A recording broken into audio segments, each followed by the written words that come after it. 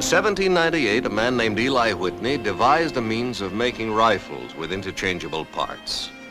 The application of the interchangeable part system led to mass production. Mass production led to mass sales, with profit coming from a small markup on each unit.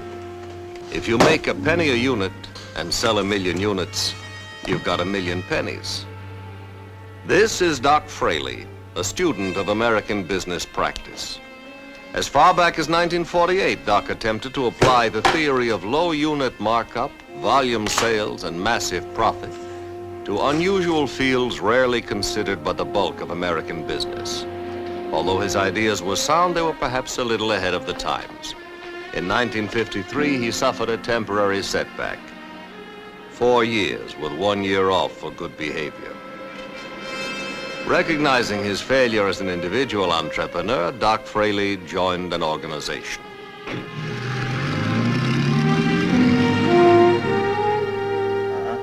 Right, a high four. Thank you.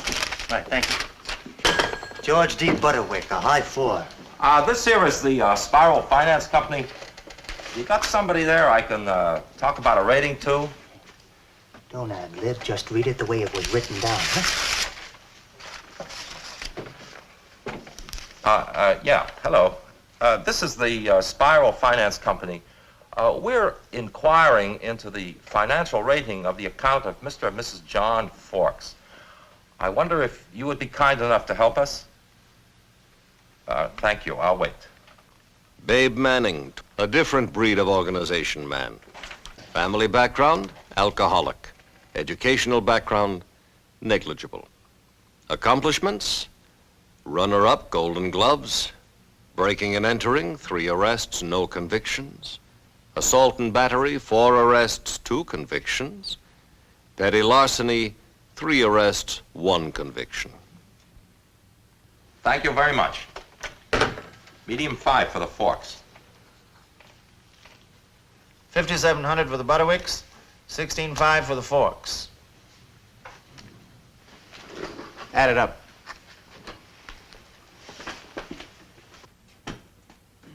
Mark Andrew, 24, public relations expert. IQ, 138. Disposition, equable.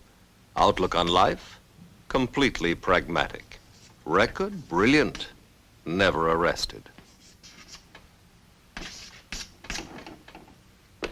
72,235. Yeah, but what about that Joseph Peavy there? $1,900. Real estate, no cash. Yeah, real selfish, huh? Beautiful. Numbers are beautiful. Big numbers.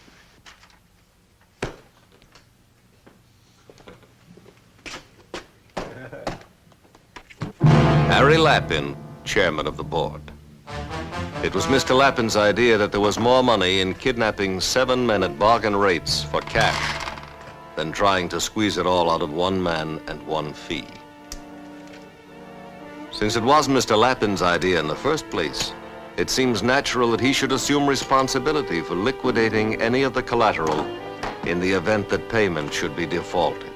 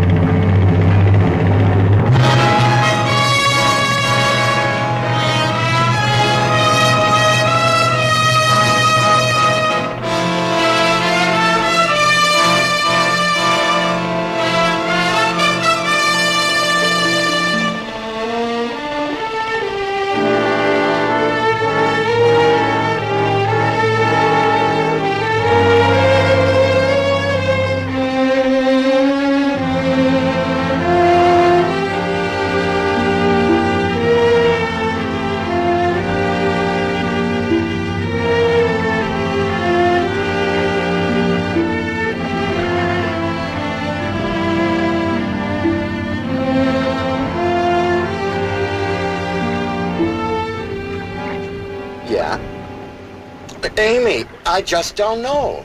We've been waiting here for Mr. Grafton ever since 7 o'clock this morning. No. Amy, this is not a pleasure cruise. No. No, I couldn't do that. Yes, I'll try. Goodbye. Goodbye, dear.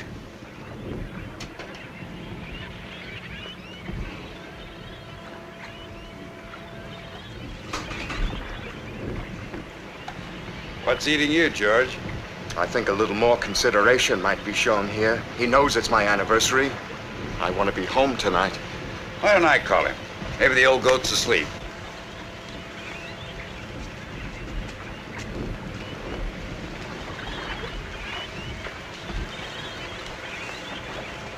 Any news? Peavy's calling his home. How long do we wait? He's inconsiderate, really inconsiderate. Why don't you tell him? Maybe we should all go home. Maybe we should all get some coffee. There's some in the galley.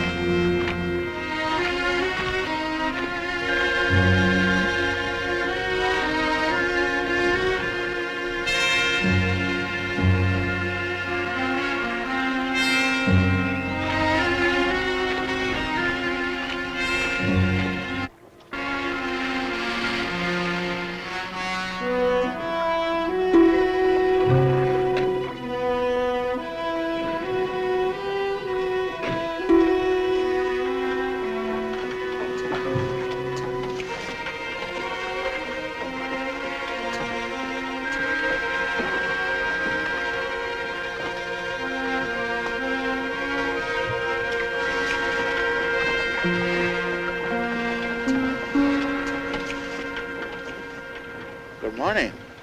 You're Samuel Grafton. Yep. The others are thawing out below. There's coffee and rum. Coffee with rum in it ain't good for your health. You gotta be my age before you get any good out of it. Where's the captain? He asked me to take over for him. Why? He's coming down with the flu. I'll try to make the day interesting for you. Good.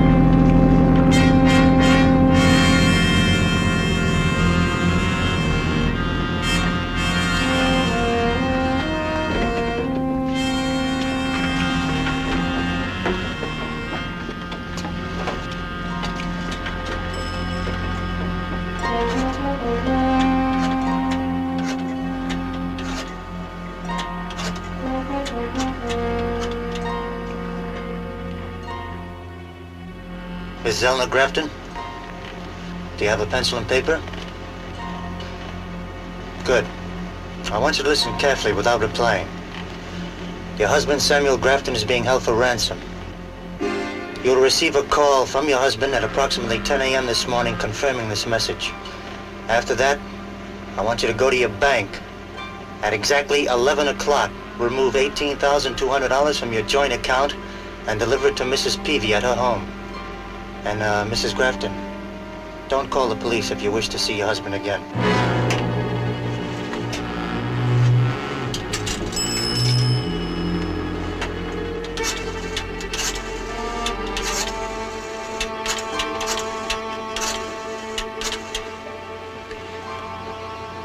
Mrs. Martha Peavy, do you have a pencil and paper?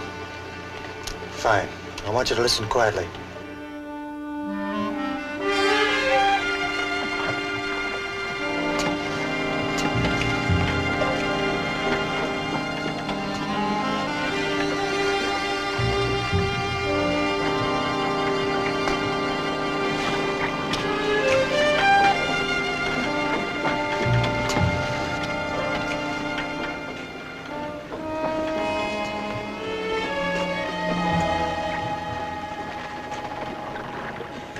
Let me have that, will you, Lee?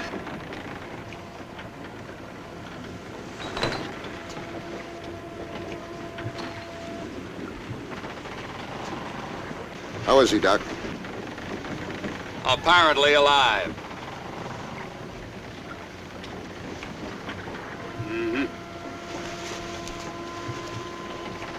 That's what I thought. He's been drugged. Drugged? Those are the symptoms. How long before he can talk? Quite a while if we let him sleep it off. We can speed up his recovery if it's urgent. It's urgent. Frank, go with him in the ambulance, will you? See if you can get an identification out of him. Yes, sir. Okay, boys. Mike, look at this. To Henry, with all my love, Abby. Well, now that we found Henry, let's see if we can find Abby.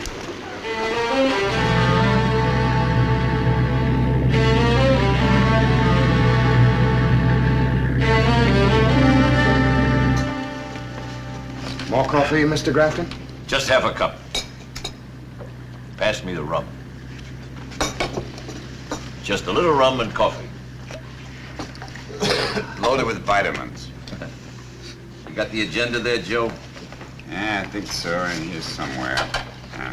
Yep. Advertising, sales reports, new products budget, personnel, fishing. We could do the advertising right now. That'll get Grundy off the anxious seat. Oh, I'm not anxious. I just want to catch a fish. Stick around. Maybe you will. All right, we'll work for a while and we'll knock off for a couple hours. I got another item there for the agenda. Grafton Electronics will elect a new president today. What? Mr. Grafton. That's a surprise. Gentlemen, I've just spent an hour and a half with my doctor. He tells me I'm getting older. I could have told him that, but he told me. I hired you men because you're smart and ambitious. Stylish, smart, and ambitious. So any one of you might be in line. So there's no need to fool around about that. And as a point of information, Joe and I have proxies for 54% of the stock. There's no point in maneuvering. While you boys are up fishing, Joe and I will vote the shares. We'll give the gavel to the new president, and then Joe and I are going fishing. That ought to make for a relaxing day.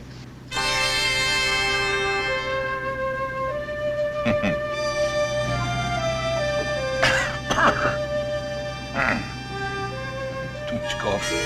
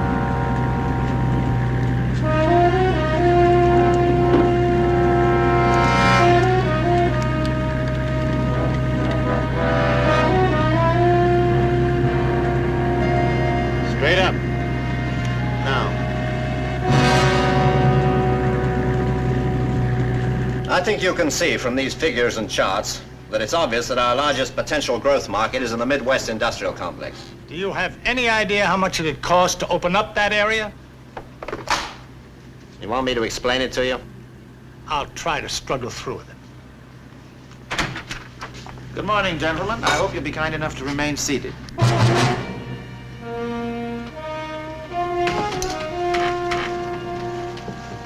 Thank you.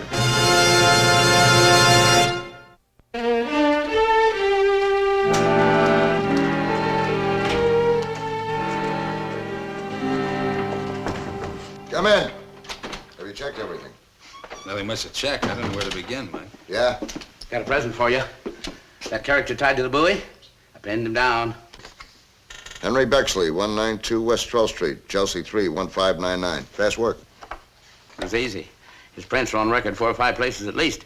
He has a first officer's ticket, pilot's license. Airplane? Marine. He carries passengers for hire. Check it out. Use my phone. Right. Thanks, Braze.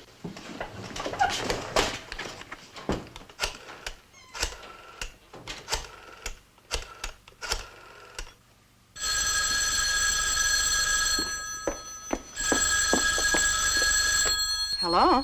This is Detective Flint, the 65th Precinct. Is this Mrs. Bexley, Mrs. Abby Bexley? Yes? Is your husband's name Henry? Yes. Mrs. Bexley, your husband had a minor accident. What kind of an accident? Where is he? Mrs. How is he? I want to see him. Well, there's no cause for you to be alarmed, but for precautionary reasons, we put him in the city hospital for observation. I'm sure he'll be fine. What happened to him? Well, we don't exactly know. Actually, we need your help. Where does your husband work? He has a charter boat, the Aurora 1136. Charter boat, huh? Aurora 1136. He runs it all season. He takes it out almost every morning. I see. Could you tell me, did he take it out this morning? Yes. Yes, I got up at 4 o'clock to make his breakfast. At 4? Yes. You see, he has to be at United Boat Service on City Island by 5 a.m. United Boat Service at City Island at 5 a.m., uh-huh. He has to get things ready, bait and things like that. Mm-hmm. Mrs. Bexley, do you know who chartered the boat this morning? Yes, I can tell you. Just hold on a minute.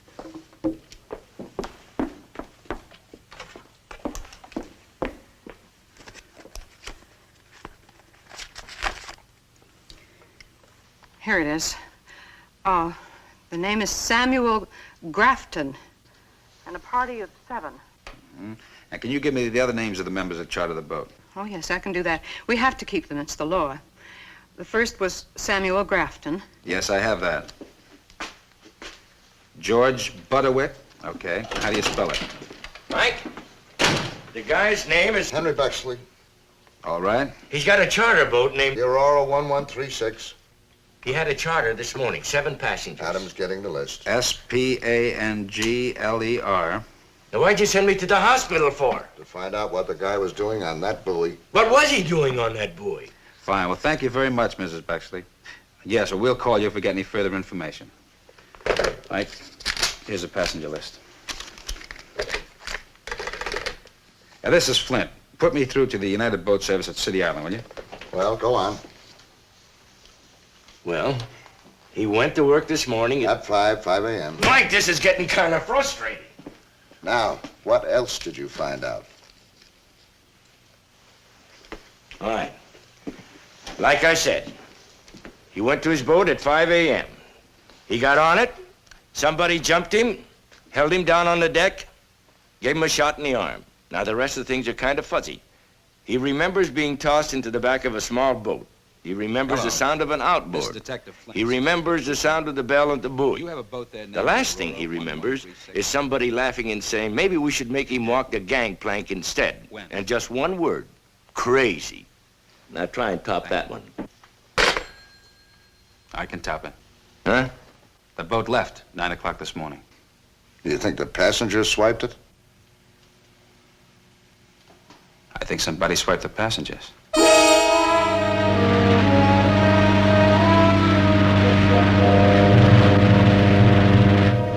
And, you.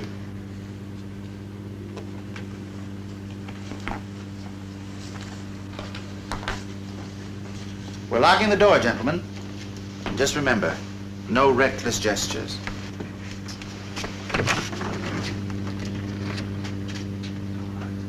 All right, let's go. Come on.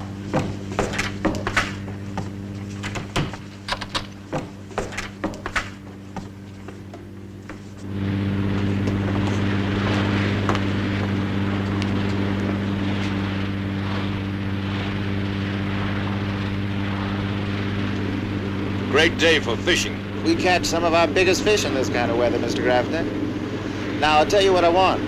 Call your wife and tell her you're confirming our instructions. Where will my wife get that kind of money? Come on now.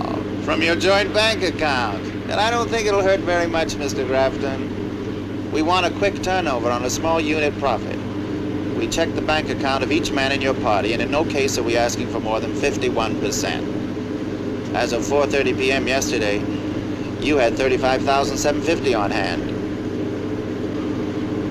We don't have a lot of time, Mr. Grafton. Suppose I don't. That means none of the others will either, I suppose. Yes, I guess that's probably the way it'll work. That means we don't get any money. I guess that's right. I explained to you, Mr. Grafton, we're working on a very close timetable. A, your wives are expecting a call from you to confirm our earlier instructions. B, we're expecting a call exactly at 12:30 to notify us that the money has been paid. If we don't get the call, or if anything goes wrong, we'll simply have to write the entire operation off as a loss. You'll have to pack up and go home. That's right. But you don't. Show him.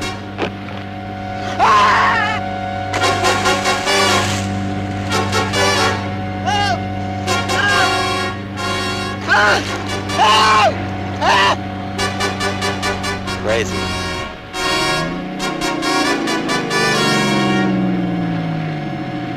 Pick him up. We'll pick him up after you make the call. You're a real organizer, aren't you?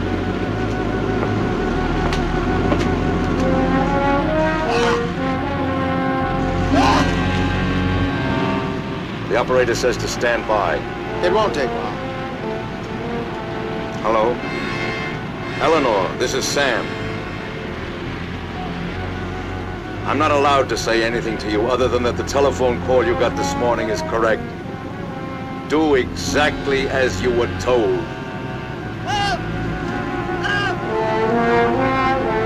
All right, Doc. I think our friend out there's had enough swimming for one day. Aye, aye.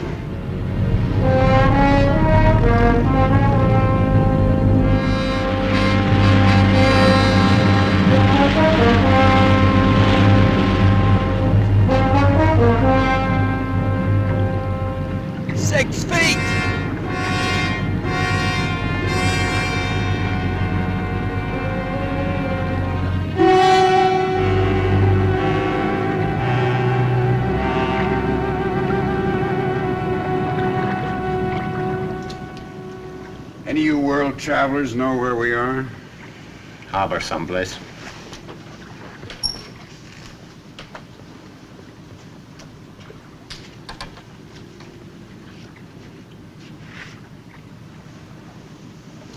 You know, it's funny.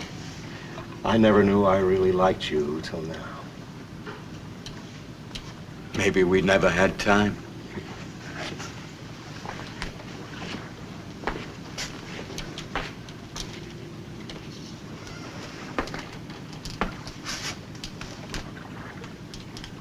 How did you feel? Tired, angry, frightened. I mean, in the water. All I could think of was that I was fighting for my life. Dying is like that. What would you know about dying, Mr. Graft? With your vitality? Not after this morning. That's why I was with my doctor. As of this morning, years are precious. People are precious. Time is precious.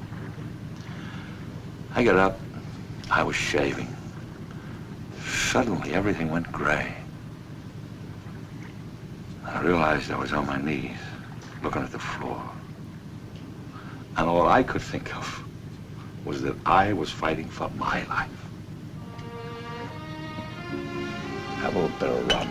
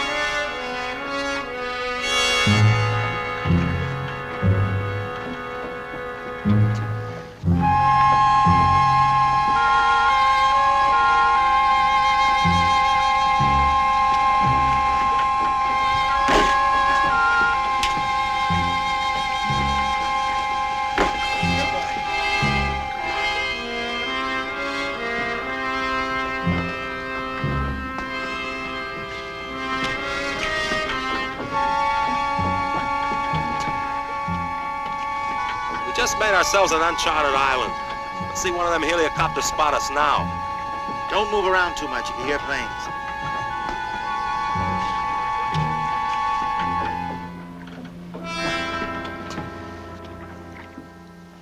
Mrs. Peavy, professional policemen develop an instinct for knowing when somebody's trying to hide something, and for knowing an honest person when we see one. Now, you're an honest person, but you're trying to hide something. Why? Mrs. Peavy, would you mind telling us what you have in that envelope? Yes, I would mind very much.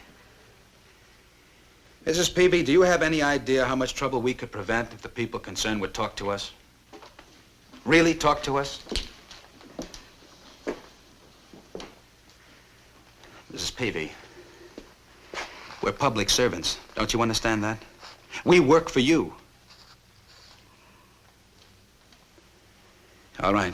I can't force you to talk if you don't want to. Mr. Flint, leave me alone, please. We're going to follow you when you leave here. Mr. Flint, you've no right to bargain with me on those terms. Because if you do, you'll be responsible for the death of my husband. Look, Mrs. Peavy, we want to help you. We want to work with you. But we have to have information so that we know what we're doing, so we can help you. Will you please trust us? Well, they called all of us, all the wives. They brought the money here. I'm to take a cab and deliver it to this address at 12 o'clock. At 12:30, they'll make a call to the boat and release the men. If there's no call by 12:30, they're going to kill them. All right, now, everything is going to be all right. Mrs. Peavy, you can do whatever you feel you have to do. Thank you very much for trusting us.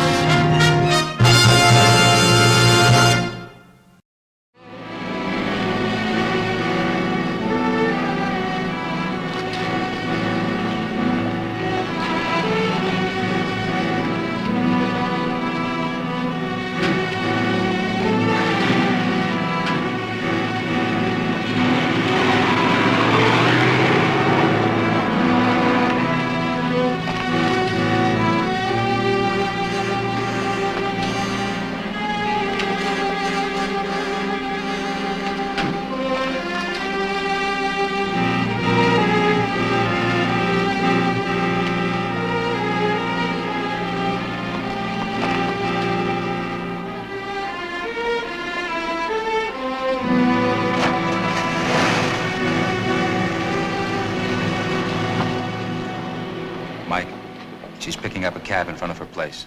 I've got the payoff address covered. Now be sure not to pick up the man that gets the money until after he's made the call to the boat saying that he's got the money. You understand? And I don't want any of those kidnap guys hurt.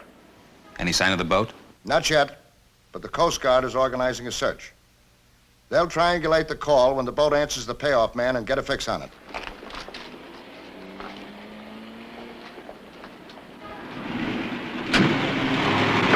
go.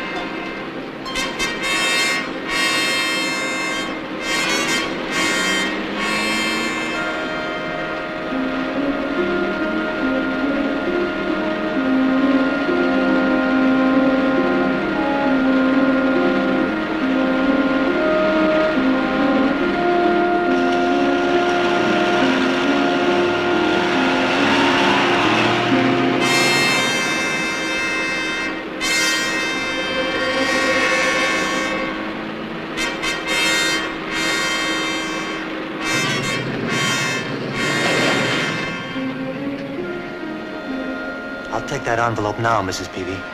I was told to take it to 1719 West Chambers Street. That's where you were supposed to send the police, which I'm sure you did. All right, give me the envelope. Come on, come on, come on. Come on.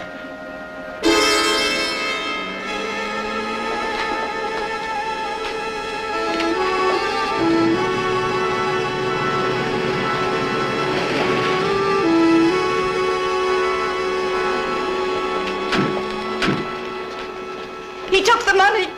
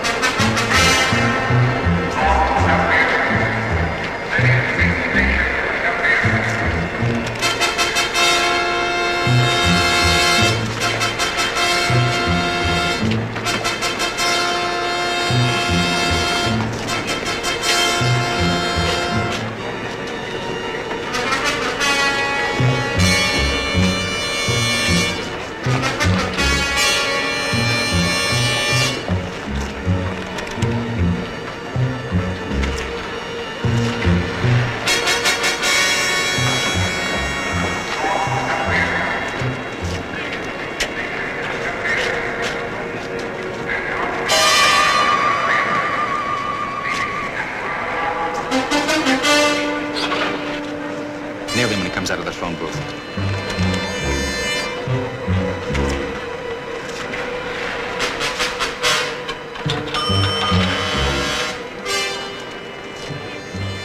Give me the marine operator, will you?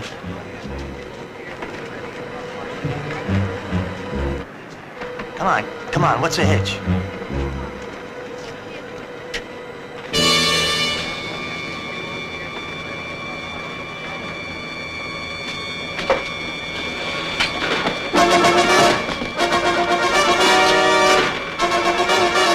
Hello, operator. This is Detective Flint, 65th Precinct. Was the call completed? I said, was this call completed?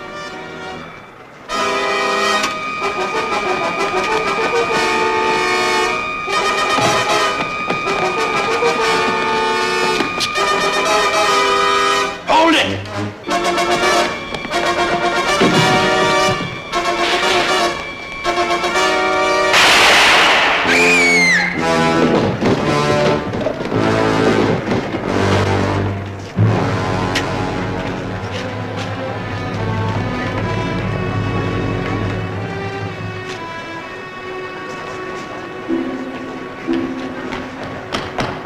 I was aiming at his legs. Frank, he never made that call.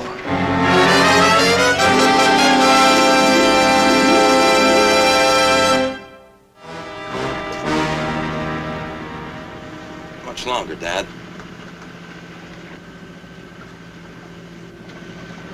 15 minutes more. What are the customers doing now? Having a business meeting. Why don't he call? Maybe he had a meeting too.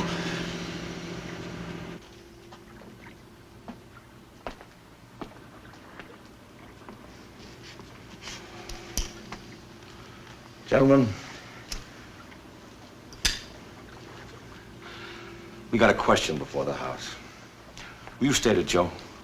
If we sit here and wait for them to come down and shoot us, or put up a fight. Well, don't load it, Joe. How can you be so sure they want to kill us? I didn't say I thought they want to. I said I thought they will. Maybe not all of us. If we fight, Makes a tidy little problem. there are 7 of us and 3 of them. Maybe we can surprise them before they decide to surprise us. When I was a boy, 12, I caught an otter in a trap. I was up in Canada with my father hunting. Before that animal died, he bit me 4 times. And I have always admired that otter. There's a chance somebody may find us. Want to bet? Well, I think it's foolish. Why would they kill us? What purpose would it serve? You make a fine companion in a foxhole. I put you down for no. Forks? I say sit it out. I'm not afraid to fight. But statistics are my business. I think the odds are more in our favor if we sit it out. I'm not going to ask you to vote, Joe. This is a decision for young men. You and I haven't got enough to lose. Huh. How about you? The street I was born in is full of fellas like those 3. I hated them then and I hate them now. I say fight. If every one of you voted against it, I'd still fight. Not the proper attitude for an organization, man. Dying is not an organizational matter. I put you down for yes.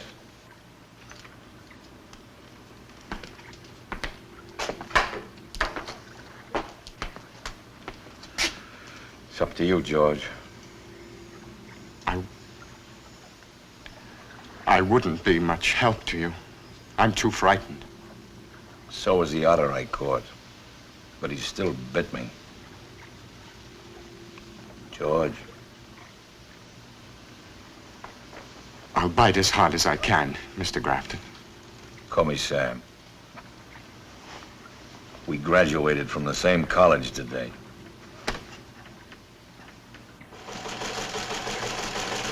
Assuming that the vessel has been running at top speed, say 22 nautical miles per hour for the past 4 hours, it could be anywhere within this area. Yes, and it could have ducked into a harbor somewhere. Could have ducked into any of 143 harbors somewhere. Where can we listen? Radio room? I better get Frank a call.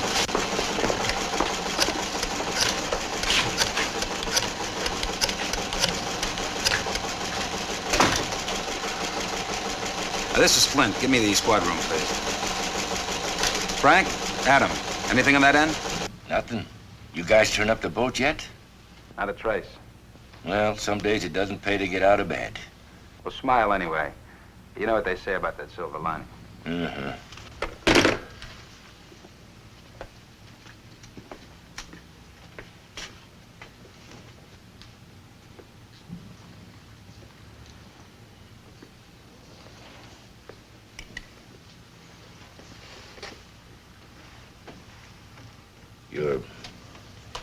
You're a very courageous woman, Mrs. Peavy.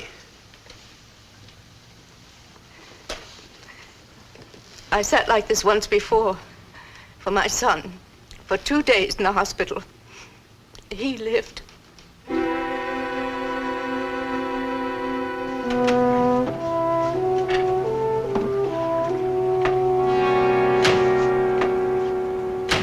Jackpot! Hey! Anybody know how to work this thing? Yeah. Okay, you put a shell in here. When you pull the trigger, a flare comes out. It's not much competition for a Tommy gun. Better than a bean shooter. Hey, you elected to carry that? I want to make sure it's used if it's needed. Sam, I just found a chain locker forward. It's got a hatch. I think we can open it. I'll go back, start working on it. All right, gentlemen. Let's get moving. We'll give him 5 more minutes. Right? Babe's all set. He's on the bow, ready and anxious.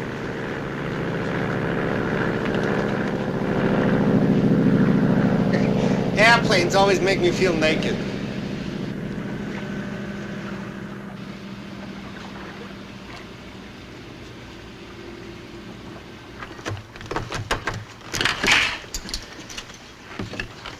Here, try this.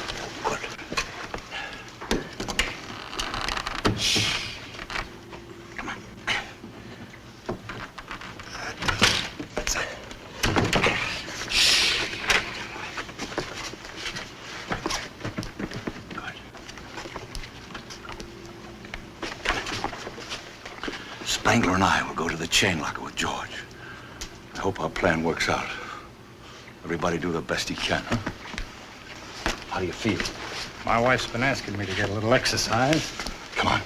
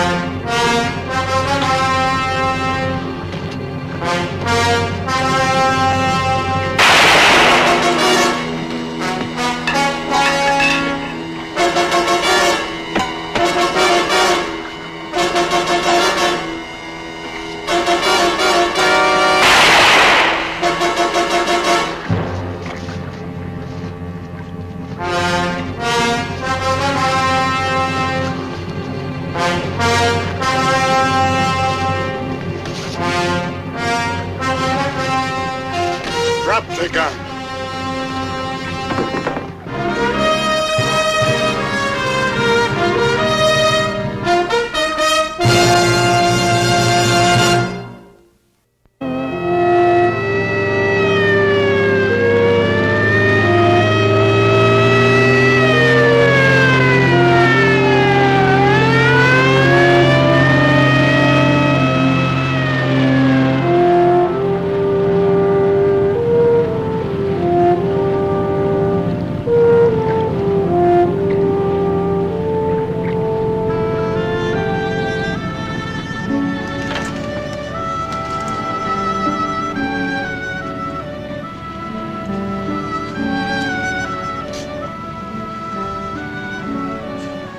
Spangler? Yep. Thanks, Joe.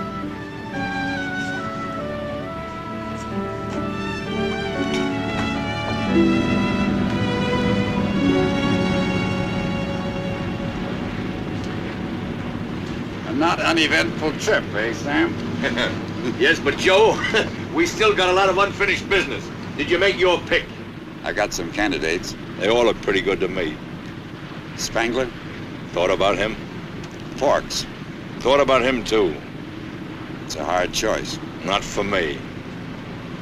Butterwick. He's a large man. I thought you'd get around to him. Want me to call him? Yeah. George!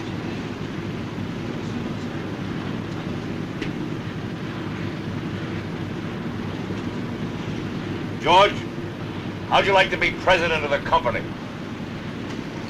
What did you say you were going to do, Sam? Joe and I are going fishing. I like to go fishing occasionally myself. I don't think I'm the man for the job. Just like that. Just like that. You really think enough of me to make me president? I wouldn't joke about this. Well, then I think You should think enough of me to take my advice. You want Al Spangler for that job. Is that your vote? That's my vote. Well, that's the vote that carries the motion. Just like that.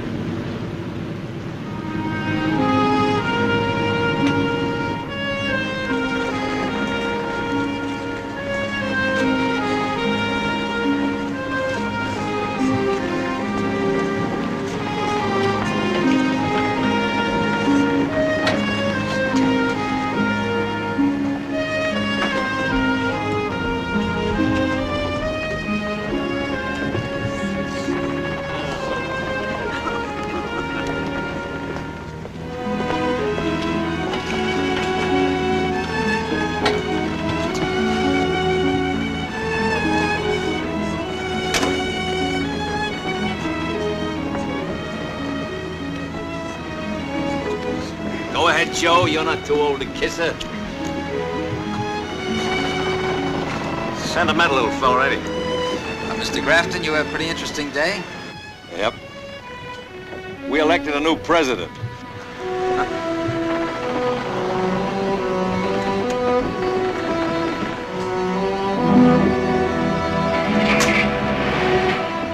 There are 8 million stories in the naked city. This has been one of them.